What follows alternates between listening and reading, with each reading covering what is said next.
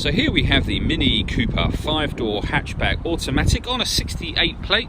I'm going to start off by showing you around the outside of the car, and then we'll hop in and run through some controls on the inside. But from the outside you can see it's a 5-door car with alloy wheels and the black roof to match the black mirror caps. We'll start off inside the boot and then work our way around the rest of the car from there. So as we approach the boot, you'll see we've got plenty of space in there, along with that 60/40 split folding rear seat to increase your space even further. Okay, so we're just going to work our way back round to the front of the car, and then we'll hop in and run through some controls on the inside. Now that we've done a full circle of it, you can see it's in excellent condition the whole way round.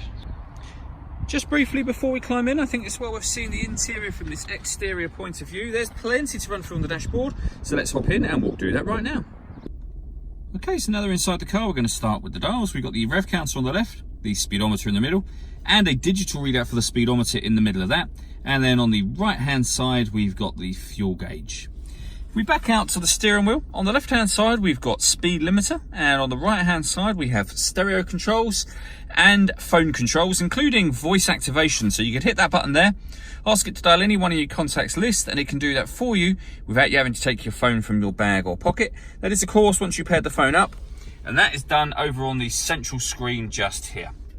So we've got various different settings, but communication is where you would pair up your phone under manage mobile devices and then connect new device, and then just follow the instructions on screen from there.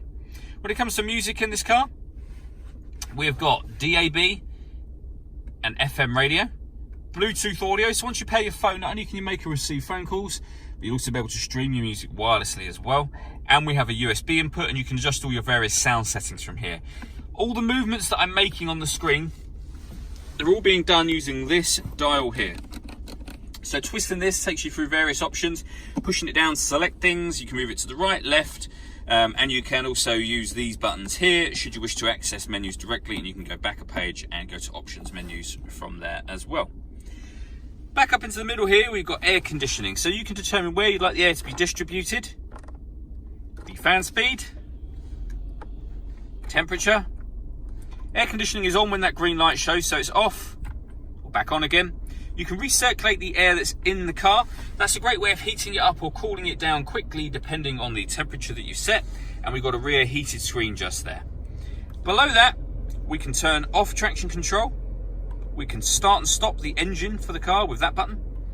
And this one turns off the stop and start. So this car is designed to cut out when it's stationary in traffic to save you fuel. If you want to turn that system off, do that. When that light shows, that means the system is turned off. Underneath that, we have a 12-volt charging socket and the USB input, and then the fully automatic gearbox. All that leaves me to say is thank you for taking the time to watch this video. If you'd like to come and see the car in person and have a test drive, please feel free to call any of our MJA sites. We'd love to hear from you soon.